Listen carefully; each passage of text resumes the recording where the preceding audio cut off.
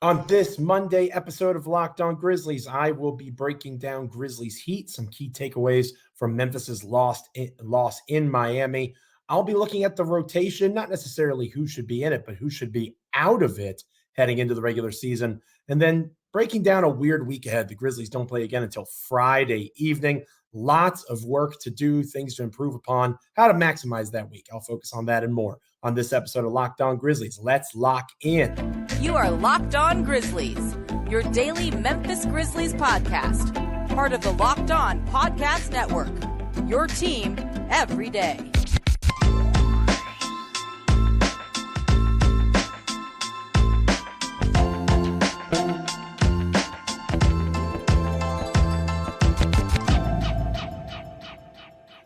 Hello, dear friend. It is another installment of Locked On Grizzlies. Thank you so much for joining me wherever you are, however you may be taking in the show over on YouTube, wherever you get your podcast. It is I, Joe Mullinax of Bluff City Media, and I'm so grateful to be with you once again on this episode of Locked On Grizzlies. This particular installment of Locked On Grizzlies is brought to you by Gametime. Download the Gametime app, create an account, and use the code LOCKEDONNBA for 20 minutes off your first purchase, $20 off your first purchase, not 20 minutes off. That would be quite the expense. But again, use the code LOCKEDONNBA for $20 off your first purchase. It is a Monday, of course, and we're getting that energy rolling early here on Locked On Grizzlies. Again, I am Joe Mullinax of Bluff City Media. Make sure you're checking me out over on X at Joe Mullinax. Make sure you're subscribing, rating, commenting, liking, reviewing. Wherever you get your podcasts, you can get Locked On Grizzlies. Subscribe and download and check us out over on YouTube as well. Wherever you get your podcasts, wherever you check us out, thank you so much for being with us. Again, I am flying solo, my co-host, Michael Cole of the Commercial Appeal there in Memphis, Tennessee, getting into the season groove, getting some extra work done over at the Commercial Appeal. So it is I with you once more, talking preseason basketball. Hopefully you don't mind too much. I've got some interesting thoughts on Grizzlies Heat, and I'm sure you do as well. And maybe you can mention them in the comments, hit me up on social media. We can talk through some of these things. Again, the Grizzlies losing means nothing. I can't reiterate that enough. It's a preseason game. It's meaningless. The Grizzlies did not play Steven Adams in this game. The Grizzlies did not play Marcus Smart in this game. There's reports that Smart is building up toward being ready for the Friday contest to end the preseason. Fingers crossed on that one. But the ramp up, according to Taylor Jenkins, the head coach of the Grizzlies, is sounding good to this point. So we'll take him at his word there. Again, Adams doesn't play. The Grizzlies weren't at full strength. Obviously, the Miami Heat, you could argue, were not at full strength either. No Jimmy Butler in this one, but it's the preseason. I just don't care if the Grizzlies are winning or losing a preseason game. And it's important to point out that the Grizzlies were winning at the end of the first half, and their offense looked pretty strong until the fourth quarter hit. And the Grizzlies, again, Jaren Jackson Jr. with only 25 minutes played. Derrick Rose, only 22 minutes played. Desmond Bane, only 25 minutes played. Those guys are going to play a lot more than 25 minutes come the regular season, whereas you have a Tyler Hero who plays 31 minutes, and he was probably the best player on the floor, him and Bam Adebayo in this one. Adebayo only played 25 minutes, but Hero had 31 minutes logged, so a little bit more closely aligned to his regular season run. So the Grizzlies weren't playing to win. If they were, the minutes wouldn't have been distributed the way they were. That's not what matters. What matters is who played well with others, and the rhythm that the team had offensively continues to be something to be optimistic about. We've talked about Coach St. Andrews coming over from Milwaukee with the Bucks, connected to Taylor Jenkins, obviously, from that Coach Budenholzer coaching tree. And there's been noticeable change. There's been adjustments in the way Jaren Jackson Jr. has attacked the basket. You're seeing them being more comfortable in the mid-range. I do believe that it's giving Zaire Williams a lot more confidence, the freedom that Zaire can, hey, if you have a pull-up jumper and you're open, take it, right? He has to feel like he is being more catered to in this system. He just has to be. There's no discomfort when you watch Zaire play basketball right now. And he, to me, and we'll talk more about this with Michael as the week unfolds, to me, going into this final preseason game at the end of the week, it's Zaire's job to lose as the fifth starter. I think it should be Marcus Smart, Desmond Bane, Zaire Williams, Jaren Jackson Jr., and Steven Adams. And we can talk about all the reasons why as the week grinds forth.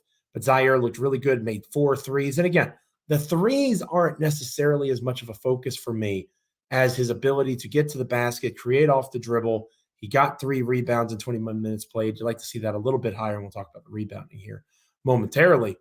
I just think his confidence is oozing. He has said he was the hardest working guy on the team over the summer. You like to hear that confidence. You want to see it translate onto the court. And Zaire most certainly is doing that.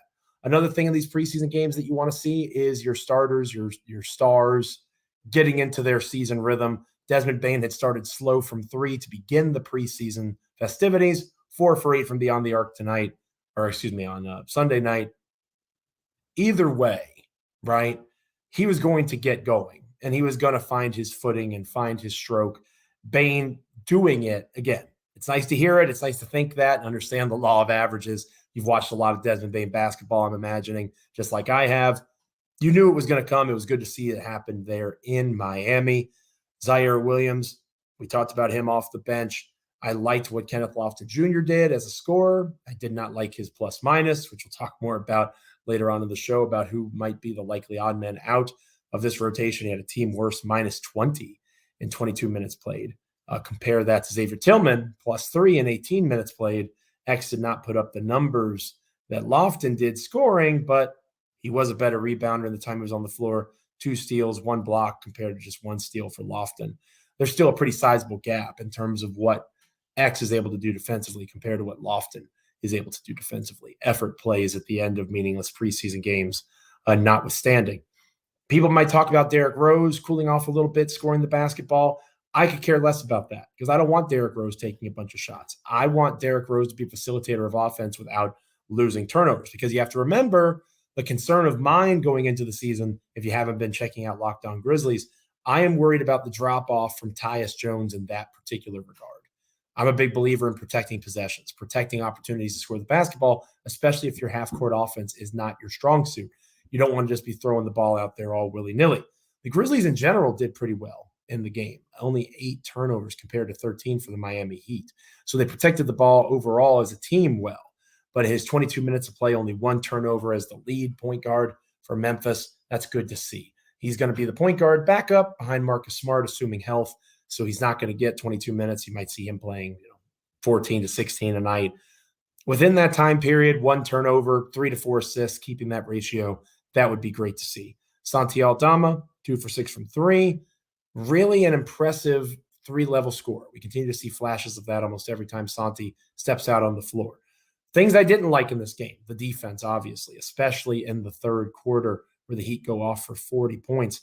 Can't make an excuse on that one, right? The starters played a little bit in that third quarter. And as that transition happens from the starters to the bench, you can't go from a first half where you look like you're going to beat the Heat by, double digits in theoretical regular season play, and then the wheels fall off. You would like to see better from guys that you're counting on, not necessarily with the Grizzlies, but with the Memphis Hustle, right? So I thought it was a poor showing for the other guys, if that makes sense, the ones at the end of the roster. But when you're sitting on a podcast talking about the likes of Shaquille Harrison and, Matthew Hurt not living up to their end of the bargain, I mean, Jacob Gilyard, 2-way contract, Michael Mulder, Matthew Hurt, like we talked about, Kenneth Lofton Jr., those are the guys that were a part of that, minus 13, minus 20 type of basketball playing. The starters, every starter except for David Roddy was a plus. You had pluses from Xavier Tillman, pluses from Zaire Williams. In-game plus-minus isn't the perfect stat. Obviously, there's lots of flaws with most statistics. But at the same time, you can spin them any way you want. I didn't come away from that game thinking that Memphis was in trouble because they blew up against the Heat. They looked good in the first half when they were playing it like a NBA regular season game. Then as the transition went into preseason basketball, the guys that aren't going to be with the Grizzlies consistently struggled. And sometimes it's that simple, right? That's why you don't care about wins and losses. You want to see guys playing well. And the ones that matter most for Memphis played particularly well. There's reason to be optimistic on that front. When we come back here on Locked On Grizzlies, we will talk about early takeaways on the rotation. Who should be the odd man out? Who should be the ones that are getting the run before anybody else? We'll talk about that next here on Locked On Grizzlies. But first, this episode of Locked On Grizzlies is brought to you by Gametime. You shouldn't have to worry when you're buying tickets to your next big event where your seats are going to be, whether or not you're getting the best price. Gametime takes that concern out of it for you. Gametime is the fast and easy way to buy tickets for all the sports, music, comedy, and theater events near you.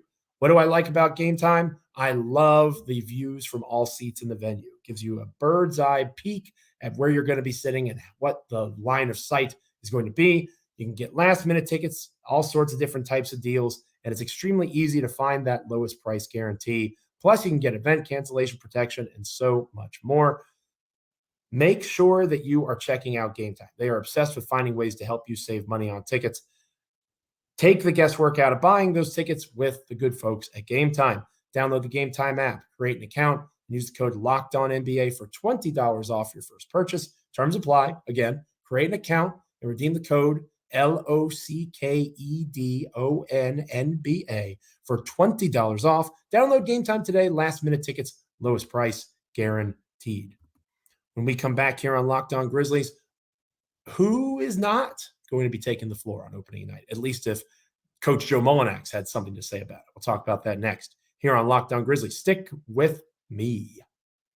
Welcome back to Locked On Grizzlies. I am Joe Mullinax, flying solo once more here on Locked On Grizzlies. Michael Cole will be back with us on tomorrow's episode. We haven't forgotten about the NBA GM survey. I think that would be a great topic for this week since Memphis doesn't have another game until Friday. Obviously, the Thursday episode of the show, we can preview that particular contest. Hopefully, there will be good injury news on the Marcus Smart front heading into that one. But I do believe that this will be a good time for me, at least, without the pressure of DeMichael. Giving me a hard time of the commercial appeal, my wonderful co-host. I don't want to say pressure. That's not fair. DeMichael is my balance. He's the yin to my yang. He makes sure that I don't go overboard. When I have a chance to fly solo here on Locked On Grizzlies, I can be a little bit more of a free spirit. And that's exactly what I'm going to do when I talk about who should be the odd man out. So looking at the Grizzlies rotation as it is, all right, the guys that started the game tonight, Jaren Jackson Jr., a lock. So that's one guy. Santi Aldama, probably not a starter, but a lock. He's number 2. Derrick Rose, going to be the backup point guard, assuming Marcus Smart is healthy. He's a lock. Number 3. Desmond Bane, of course, a lock. Number 4. I would say Zaire Williams, even if he's not the 5th man, if he's not the starter for the Grizzlies. That's who I would put in that slot. But I think Zaire is going to be in the rotation. He's earned that. So now you're up to 5. Luke Kennard, too good of a three-point shooter, despite how he did in Miami. 1 for 7 from the floor overall, 0 for 5 from 3. Again, preseason game, I don't care. Luke Kennard's going to hit some threes. He's in the mix. That puts you at 6. We talked about how Smart and Steven Adams did not play in this game. That is 7 and 8 right there. Assuming health, those 2 guys are on the floor. And that's without John Morant, right? So obviously, closer to December, we're going to have a different version of this conversation to Michael and I. So I'm at 8 names. I haven't said David Roddy yet. I haven't said Xavier Tillman yet. I haven't said Kenneth Lofton Jr. yet. I haven't said Jake LaRavia yet. I haven't said John Conchar yet. Those are 5 names for 2 spots, assuming it's a 10-man rotation. Whew. Challenging, right? I would argue it's not that hard. And here's why. The 9th man should be Xavier Tillman at this point. And there's going to be a lot of Kenneth Lofton Jr. fans out there who are going to say that I'm a hater and I just don't get hoops. I don't get hoopers. Kenneth Lofton Jr. is a hooper. Why can't I see the value of a hooper? Kenneth Lofton Jr. can score the basketball. Nobody is denying that. I have never said he can't. That is an impressive skill, and that is something that, in my opinion, and I've been yelled at for this too. I get yelled at for everything.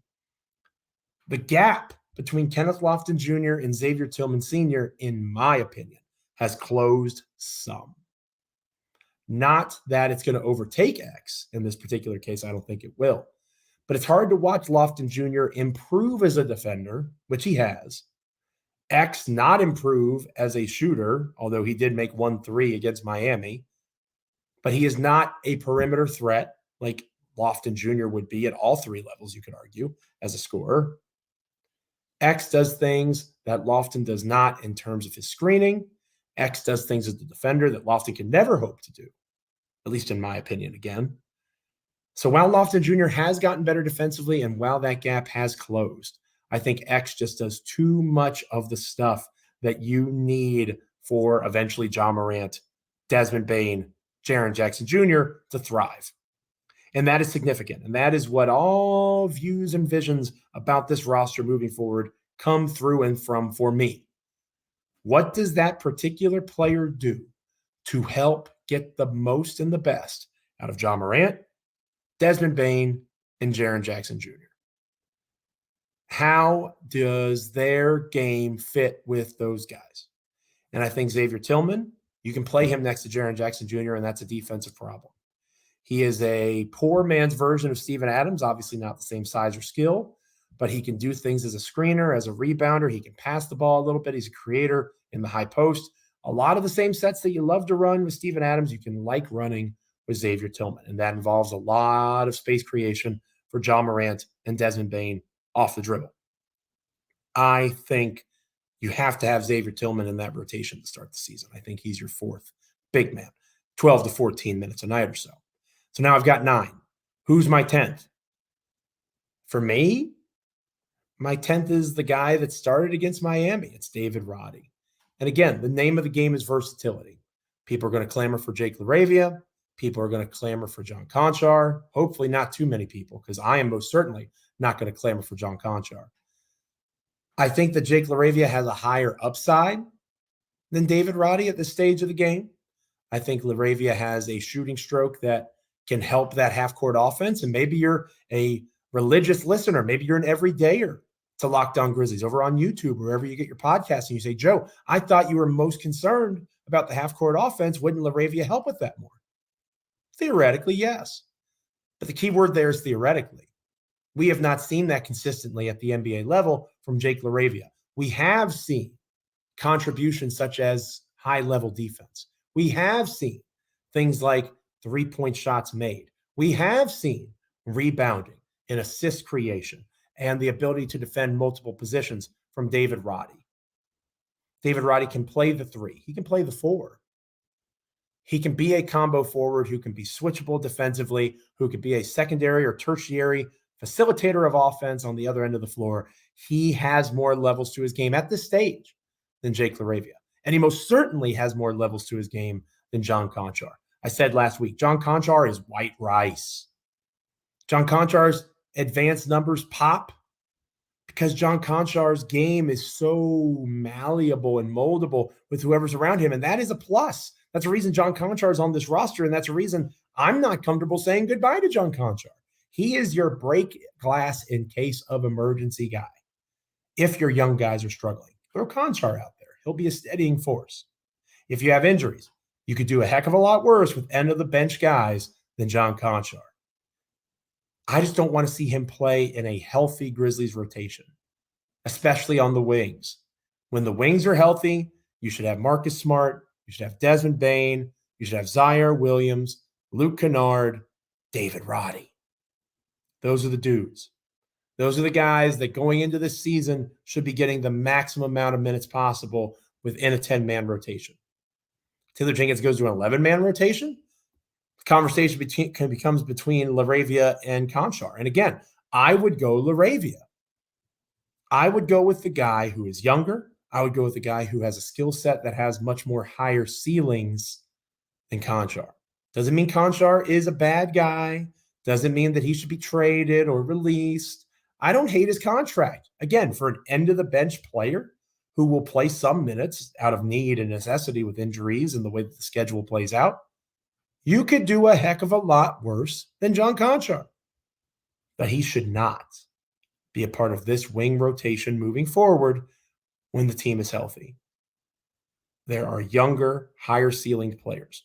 But Joe, the Grizzlies got out-rebounded by over 10, by double digits against Miami. Don't you think that was because Conchar wasn't there? It was because Steven Adams isn't there. And if you want to say that's a house of cards and they have too much invested in Steven Adams, financially, I would disagree with you. Overall scheme-wise, maybe. Maybe you're right. But Steven Adams is a one-man wrecking crew when he is out on the floor in terms of rebounding. You don't put John Conchar out there and his limitations in terms of a willingness to score. You don't do that in exchange for elite wing rebounding. You can get that from other places, and you can get that David Roddy, comfortable in the paint and around the rim. Zaire Williams, 6'9". Jake LaRavia, about 6'8", I believe. You've got bigger bodies. Have them work on crashing the glass. Their ceiling is higher.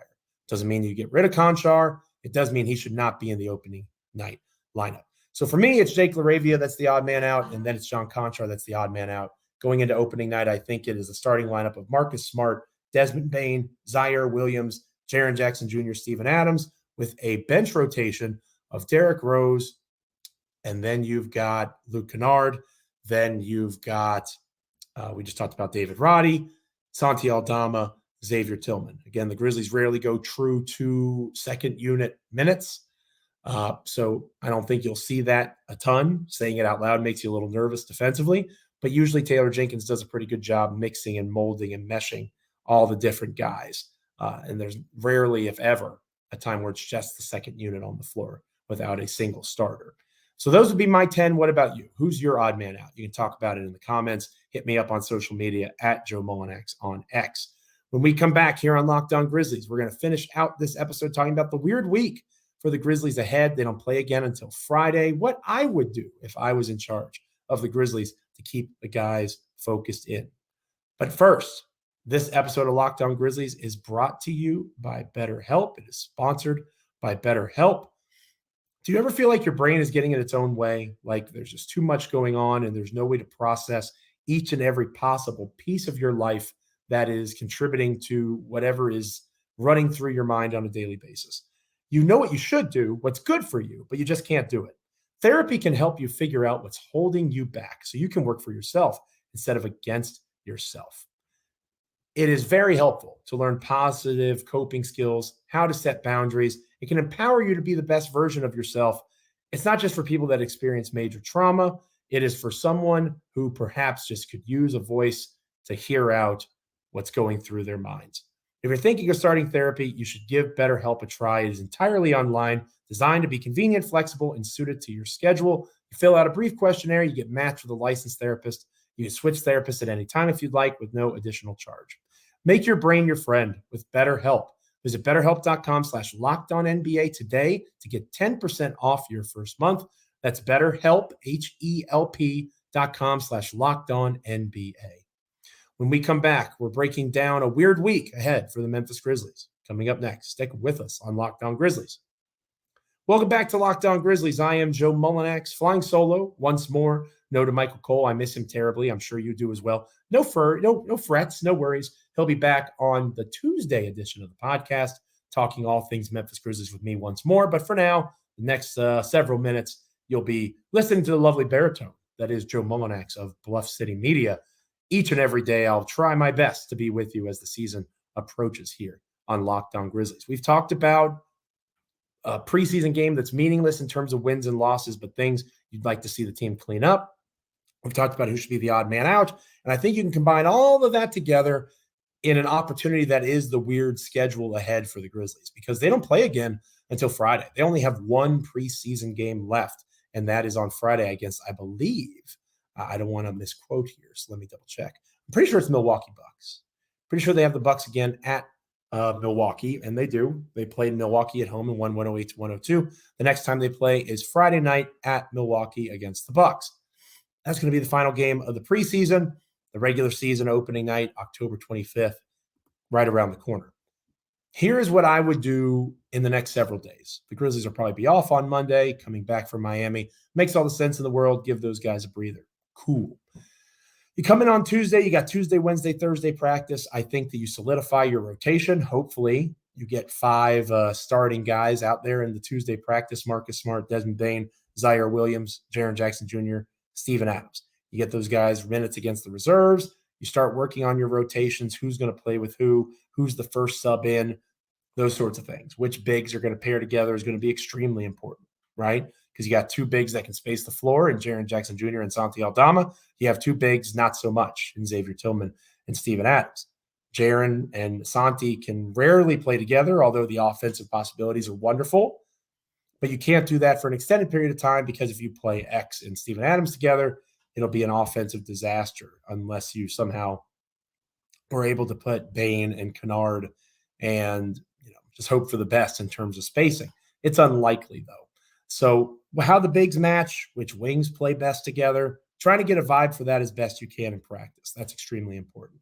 The rebounding has to be addressed, not because they got out-rebounded in a game on the preseason, a week and a half before the season actually begins, but because it is something that they have to be good at if they're going to be successful without John Morant. I've said it time and again. This is different than it's been the last few years because Tyus Jones is not here. Tyus Jones is an excellent starting point guard. If you play fantasy basketball, pick up Tyus Jones wherever you can. He's going to have a good year for the Washington Wizards. I believe that, barring injury and barring being out for injury. So he was a bad reserve, but he was a good starter when Ja was out.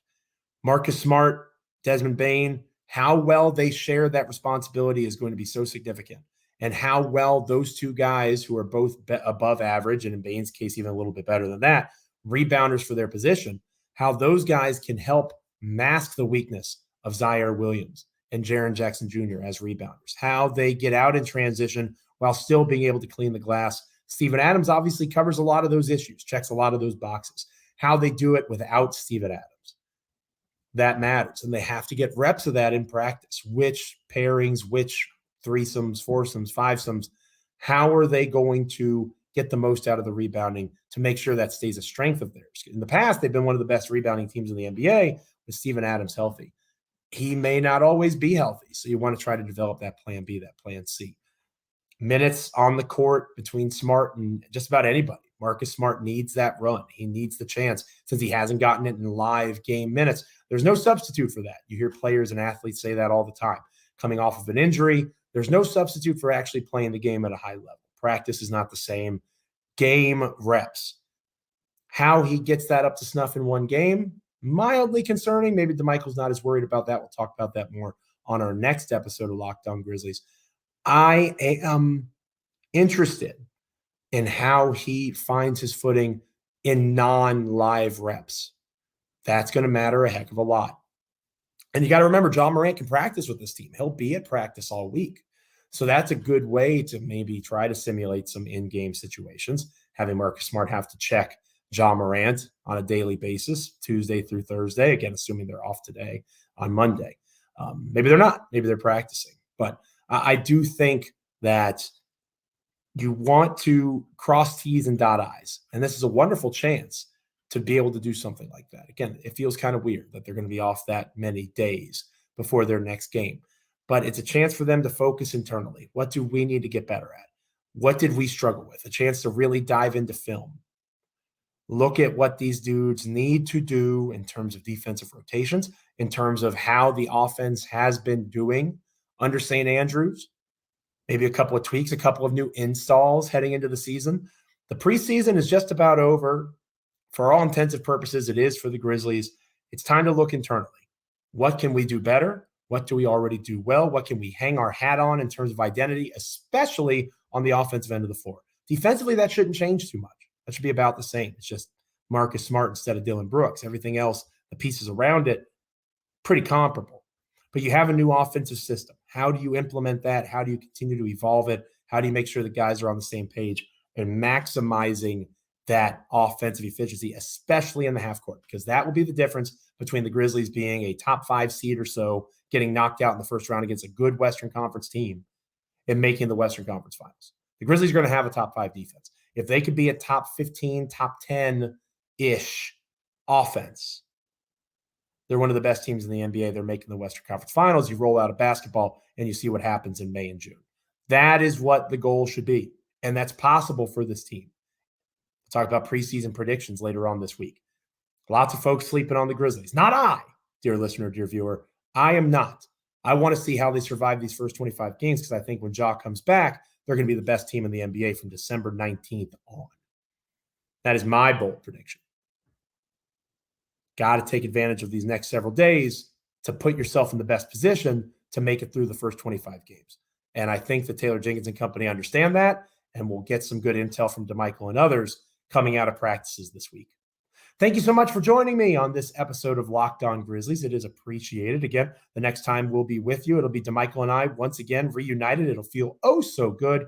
We'll talk to DeMichael about his thoughts over the last couple of preseason games, practice schedules, how he would handle the strangeness. And again, the NBA GM survey came out last week. We haven't had a chance to talk about that here on Locked On Grizzlies yet. I think that would be a wonderful time. Maybe tomorrow's episode will be a great chance for us to dive into that NBA GM survey.